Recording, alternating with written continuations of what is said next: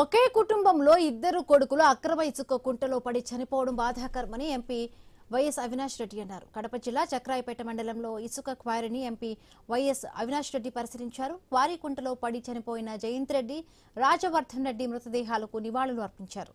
వారి తల్లిదండ్రులను ఓదార్చారు. బాధిత కుటుంబాన్ని ఆదుకోవాలని కలెక్టర్ను కోరారు.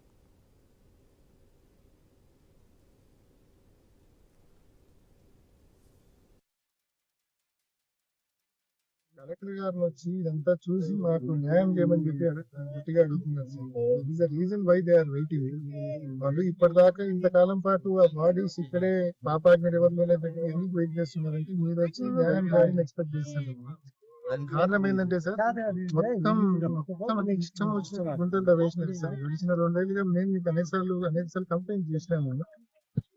ఈ పిల్లలు చనిపోయిన గుంట దాదాపు 30 అడుగుల లోతు గుంట.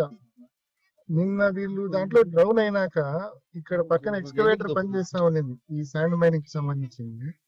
కనీసం ఆ పిల్లల బాడీలు గాలింపు చేస్తే ఆ పిల్లల బాడీలు తీయడానికి గాలింపులో భాగంగా కొంచెం గాడి తీయండి అయ్యా మిషన్ తో ఎక్స్కవేటర్ తో అంటే లేదని చెప్పి వాళ్ళు బిజీగా ఇసుకెత్తుకునే పనిలోనే ఉన్నారు తప్ప ఇంకా కనీసం చనిపోయిన తర్వాత గాలింపులో కూడా కోఆపరేట్ చేయలేదు. 100 మంది ఎప్పటికీ ఎత్తుకులాడుతున్నారు. కనీసం ఆ మిషన్ తో కొంచెం గాడి తీయడానికి కూడా కోఆపరేట్ చేయలేదు. పేరెంట్స్ కలెక్టర్ గారిని వచ్చి ఇదంతా ఇద్దరు కూడా ఒకే రోజు ఆ గుంతలో పడి దట్టు వాళ్ళు చనిపోయిన ఒకరి నీళ్ళలో పడినారు. వాళ్ళని సేవ్ చేయబోయి ఇంకొకరు దిగి ఇద్దరు కూడా పాపం ఒకరి చేయి ఒకరు పట్టుకొని చనిపోయినారు. ఎవరైనా చూసినా కూడా అత్యంత బాధ కలిగించే దానికి తోడు ఈ మాదిరి 30 అడుగులు 35 అడుగులు లోతులు గుంతలు తీస్తే పాపాగ్ని నదిలో ఇంకా నీళ్లు ఎక్కడి నుంచి వస్తాయి రైతులకు? ఈ మండలంలో వాటర్ టేబుల్ అనేది పూర్తిగా డిప్లీట్ అయిపోతా ఉంది.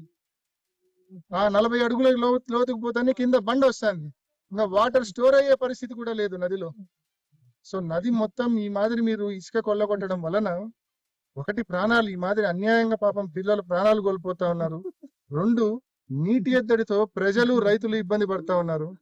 మరి ఇంత జరుగుతా ఉన్నా కూడా ప్రభుత్వం చీమ కుట్టినట్టు కూడా మరి లేని పరిస్థితి మనం చూస్తా ఉన్నాం.